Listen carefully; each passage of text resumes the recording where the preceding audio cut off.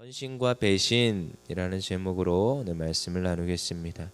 오늘 마태복음 26장 이제 예수님께서 이제 이렇게 이제 마지막을 걸어가시는 거예요. 이제 다 이제 이루시고 이제 십자가의 도상으로 올라가는 지금 이 과정 속에 지금 마지막 이제 만찬을 앞두고 있는 게 지금 뭐예요? 26장 지금 우리가 읽은 본문 초반이고요. 그리고 17절부터 이제 만찬이 있습니다. 그 다음에 이제 베드로의 지금 부인할 것을 예언하고 지금 십자가의 사건들이 이루어지고 가는 모습을 우리가 보게 되지요. 근데 이제 그에 앞서서 지금 가장 무슨 일들이 있느냐? 지금 예수님을 죽이려고 논의를 하지만 이 무슨 날이에요? 6월절이 이제 임박했습니다. 6월절. 여러분 6월절. 여러분 우리가 이제 구약을 지나서 이제 신약에 오다 보면 구약에서 되게 중요한 게 이제 6월절입니다. 무슨 사건이죠? 6월절 다음에 바로 출애굽 사건이 일어납니다. 그래서 근데 이 출애굽을 그냥 단순히 애굽에서 나왔다로 보는 것이 아니라 영적인 의미에서 노예된 곳에서 하나님께서 풀어주셨는 거예요. 해방을 주셔서 이제 새 땅 가운데로 나아가는 모습. 그러니까 이게 무슨 이야기냐? 하나님의 구원의 역사가 이 출애굽 안에 이미 있는 거예요. 그래서 첫 번째 출애굽이라고 하고 예수님의 이 사역을 두 번째 출애굽이라고 합니다. 그리고 물론 이제 뒤에 이제 포로 귀향도 우리가 볼 수 있겠지만 그것보다 예수님의 이 사역이 사실 출애굽인 거예요. 무슨 말이냐? 노예로부터의 해방입니다. 사탄 마귀의 영적인 의미에서 사탄 마귀의 우리를 올가매고 있고 우리를 노예 삼고 있는 그 존재들로부터 우리에게 해방을 주시는 거예요. 근데 우리 출애굽 사건 한번 봅시다. 10가지 재앙이 있죠. 근데 이제 마지막 이제 장자의 죽음에 앞서서 이 장자의 죽음에 앞서서 어떤 일들이 있느냐? 그게 이제 6월절을 기념하는 건데 지금 문설주에다가 어린 양의 피를 발라야 되는 거예요. 그래서 패스오버 그 문설주에 지금 피를 바른 그 집만 지금 그 여호와의 사자가 들어오지 않습니다. 그리고 안 바른 그 집들은 들어가서 장자들의 모든 목숨을 죽였어요. 가축의 장자까지도 다. 그러니까 다 죽이는 거죠.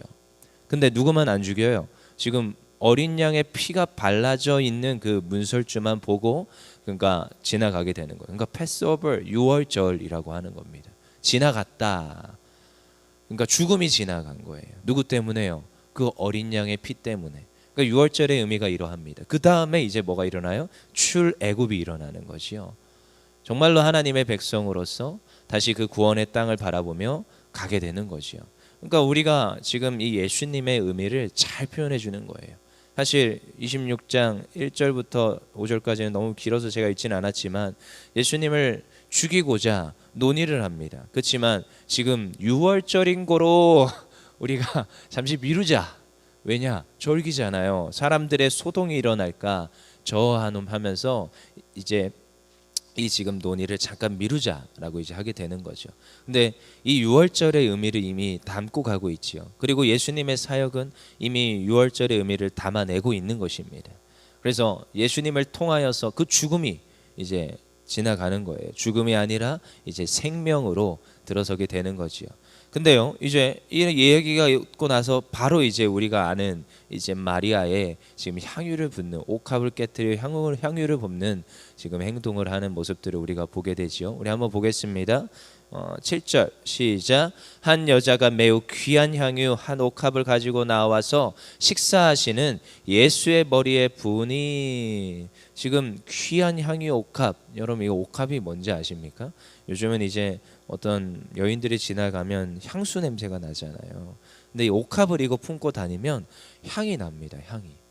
그래서 이 옥합이요 굉장히 귀한 것이 그 여자가 항상 지니고 있는 거예요. 그래서 사실 이제 이 여인의 이제 대표적인 거예요. 사실 이 당시에는 누구나 또 가지고 있을 수도 없어요. 굉장히 비싼 건데, 근데 그것을 지금 어떻게 하는 거예요?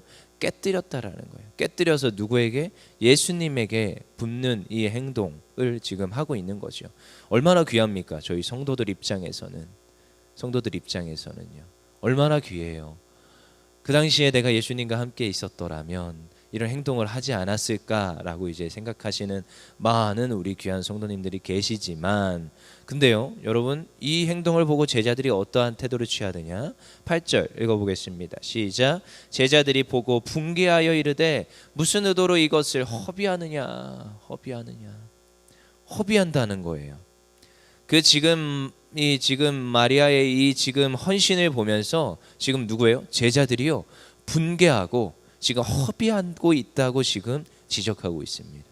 여러분, 우리가 화를 낼 때, 그러니까 화라는 속성을 알아야 돼요. 내가 왜 화를 내느냐, 그 화를 누가 내게 하느냐도 아셔야 되고요, 뭐 때문에 지금 화를 내는지도 아셔야 됩니다. 제자들이 화를 내는 포인트가 뭐예요? 그 비싼 걸 지금 깨뜨렸다라는 거예요. 그걸 지금 그의 제자들의 말이 나오죠. 9절에 이것을 비싼 값에 팔아서 가난한 자들에게 줬으면 나았을 뻔했다. 근데 사실 이거는 그들이 말하는 뭐 정론이고 그들이 말하는 근거이지만, 아니요, 그들의 그 마음속에 어떤 마음들이 있을까? 아니, 자기가 지금 따르는 선생입니다. 뭐 그때까지만 해도 뭐 주여 주여 했지만 그 마음에는 뭐 예수님 메시아라는 어떠한 그 지금 다윗 왕궁을 건설한 메시아지, 자기네들이 지금 영혼에 대한 구원을 이룩하실 그 메시아가 아닙니다, 이 자들에겐. 그러니까 지금 이 제자들이 지금 분개하는 이유가 뭐예요? 그 돈으로 지금 차라리 나에게 주거나 차라리 지금 더 좋은 곳에 많은 곳에 쓸 수 있는데 그걸 그냥 일시적으로 깨뜨려 버렸느냐 하면서 분개하는 거예요. 뭐가 보이는 거예요? 돈이 보이는 거예요. 만약에 그 대상이 자기네들이었으면 이렇게 화를 냈을까라는 퀘스천을 전 듭니다. 근데 누구에게 깨뜨렸어요? 예수님께 깨뜨렸다는 거예요. 차라리 그것을 팔아서 다른 이들을 도와줬으면. 근데 여러분, 이 접근법도 굉장히 잘못됐습니다. 여러분, 어려운 이들이 있습니다. 그들에게 물질을 주는 게 맞습니까? 복음을 줘야 됩니까? 물질을 줘야 됩니까? 예수님을 줘야 됩니까? 물질을 줘야 됩니까? 여러분, 그게 맞습니까? 저도 이때까지 사역을 하면서 수많은 것들을 보지만 돈을 준다고 그 사람이 바뀌는 경우를 제가 본 적이 없습니다. 예수 복음을 들려주고 하나님의 말씀을 읽게 하고 예배 가운데로 나오게 해야 그 사람이 바뀌더라고요. 하나님께서 그 사람을 바꾸는 거지 돈이 그 사람을 바꾸지 않습니다. 가난도 똑같더라고요. 돈을 줬다고 그 사람이 가난의 해결이 될 거라고 생각하는데 아니요, 절대 그렇지 않습니다. 가난의 근본적인 이유를 바꿔버려야 돼요. 누구에게 속한 자인가? 저기서 들어서 여기로 끌고 와야 됩니다. 하나님께 예배하며 하나님께 헌신하는 자리로 와야 되는 거예요. 그래서 때로는요, 가난한 자에게 헌신을 요구할 때가 있습니다. 네 가진 것, 그 지금 두렙돈을 하나님께 드려라. 이해가 안 되지요. 근데 그럴 때가 있습니다. 이 제자들의 잘못된 포인트지요. 그 지금 향유 옷값을 깨뜨렸다라는 것, 지금 그걸 얼마나 재화 가치가 많은 건데 그걸 차라리 가난한 자들을 위하여 썼으면 나았을 뻔했다. 아니요, 잘못된 제자들의 판단입니다. 지금까지도 통용되는. 그러니까 때로는 뭘 해야 돼요? 옷값을 깨뜨려야 돼요. 귀한 것을 드릴 수 있어야 돼요. 헌신의 자리로 나아갈 수 있어야 됩니다. 그것이 복된 것입니다. 물론 예수님께서 지금 이 마리아의 이 행동을 보면서 이렇게 평가를 하십니다. 11절 시작. 가난한 자들은 항상 너희와 함께 있거니와 나는 항상 함께 있지 아니하리라. 그치요? 너무 귀하지요? 근데 13절 내가 진실로 너희에게 이르노니 온 천하에 어디서든지 이 복음이 전파되는 곳에서는 이 여자가 행한 일도 말하여 그를 기억하리라. 너무나도 귀하지요? 그의 지금 이 사역이 이 지금 향유옥값을 깨뜨렸다라는 이 사건이요, 어디에서요? 복음 전하는 곳곳마다 증거된다는 거예요. 그의 그 헌신이. 여러분, 우리가 하나님 앞에서의 이 헌신은요, 영원히 기록될 것입니다. 하나님 앞에서의 이 헌신은 이 교회를 통하여서 날마다 기록될 거예요. 하나님께서 이 교회를 통하여서 여전히 복음을 전파하게 하시는데 그때마다 여러분들의 헌신들은 녹아서 이 교회를 통하여 주의 복음이 전하고 주는 것에 쓰임받게 될 것이고 말하게 될 것이라는 거예요. 여러분, 그래서 우리의 헌신은 때로는 빛이 안 발해질 때가 있다고 생각할지 모르겠지만 아니요, 복음이 증거되는 곳마다 증거되는 것입니다. 얼마나 귀합니까? 이 얼마나 귀한 이 사역에 우리를 초청하셨고 우리를 사용해 주고 있어요. 근데요, 그 뒤에 바로 이어서 누구의 배반이 나와요? 유다의 지금 배신이 나옵니다. 헌신 다음에 뭐가 나와요? 배신이 나와요. 여러분, 이 배신도 어디에서나 전하게 될 것이라는 거예요. 여러분, 하나님을 저버리고 하나님을 떠나갔던 그 기록과 그 역사들은요, 여전히 화자되고 기록됩니다. 근데 저는 옛날에 사실 이 유다의 이 기록을 보면서 참 너무 못됐다, 나쁘다 이렇게 생각했어요. 저도 그렇게 생각하고 여러분도 그렇게 생각하시죠? 차라리 이런 사건이 없고 십자가에 못 박히면 안 되나? 이런 생각도 했거든요. 유다이라는 이 이름이 여전히 화자되고 여전히 정말 안 좋게 기록되는데 왜 이런 인물을 등장시키셨을까라는 생각을 좀 굉장히 고민을 많이 했습니다. 사실은 꼭 그렇게 했어야 됩니까, 하나님? 꼭 그래야만 했습니까? 이제 묻는 거지요. 근데 신학교 때 그 화해의 아이라는 존 리차드슨이라는 그 선교사님이 쓴 책이라는 걸 보고 이 유다의 이야기가 필요했을 수도 있겠구나. 하나님의 그 위대하시고 대단하신 그 섭리의 역사가 또한 십자가의 사건에 있구나라는 것을 그 책을 보면서 알았어요. 화해의 아이입니다. 나중에 가서 한번 찾아보세요. 서칭을 하시면서 그에 대한 뭐 서평이나 요약이 되어 있는 글들이 있습니다. 근데 제가 간단히 요약을 해드리자면 그 선교사님이 리차드슨 선교사님이 이제 정말로 오지로 들어간 거예요. 부족이 있는데 예수 복음이 안 들어간 부족이에요. 그리고 그 언어도 이미 뭐 이렇게 통역도 잘 안 된 거예요. 그러니까 언어부터 지금 습득해야 되는 거죠. 선교사님이 들어가서 이제 언어를 습득하기 시작했습니다. 왜? 의사예요, 이분이. 의사 선교사님들이 많았죠. 근데 들어가니까 병도 많고 풍토병도 많고 막 상처도 많이 입으니까 많이 고쳐주면서 말을 배우기 시작했어요. 근데 말을 배우기 시작하면서 복음을 전하는데 예수 복음을 안 듣는 거예요. 예수님이 우리를 위해서 죽으시고 부활하셨다, 이 귀한 이야기들을 아무리 전해도, 그 스토리로 아무리 전해도 막 콧방귀를 치는 거죠. 무슨 소리냐, 그분이 왜 날 위해서 죽었냐 하면서 콧방귀를 치는 거예요. 근데 이때 무슨 일이 일어나느냐, 부족과 부족 간의 전쟁이 일어납니다. 그래서 서로 간에 이제 이 세력 다툼인 거죠. 근데 그게 막 일어나는데 난리가 난 거죠. 근데 그러다가 또 상처를 많이 입고 많이 다치고 또 이제 이 의사 선생님한테 와서 이제는 아예 들어 누워서 치료를 받기 시작합니다. 근데 치료를 받기 시작하는데 이 예수님의 스토리 이야기 중에 유다 이야기를 해준 거예요. 유다가 이렇게 배신을 했다, 그리고 이렇게 헌신을 한 이 마리아, 그리고 배신을 한 이 유다 이야기를 해주는데 갑자기 그 부족민들이 박수를 치는 거죠. 난리가 난 거예요. 야, 그런 대단한 사람이 있냐, 진짜 멋있다, 뭐 이러는 거죠. 이해가 안 되시죠? 근데 그 부족에 그런 풍습이 있었던 거예요. 어떤 풍습이 있었느냐, 배신을 최고의 미덕으로 여기는 부족이었습니다. 이해가 안 되지요? 배신을 최고의 미덕으로. 왜냐, 부족 간의 전쟁에서 이쪽이 이쪽을 이겼어요. 그러면 이기면 여기를 또 흡수하기도 뭐 하니까, 왜냐하면 혈통이 되게 중요하니까 부족 간에는 흡수하기는 뭐 하니까 이 족장의 아들을 데려옵니다. 그래서 아들을 포로로 삼아서 잘 이제 키웁니다. 근데 나중에, 그러니까 이게 덕목이고 이게 이들의 그 풍습이라는 걸 이해를 하셔야 돼요. 잘 키웁니다.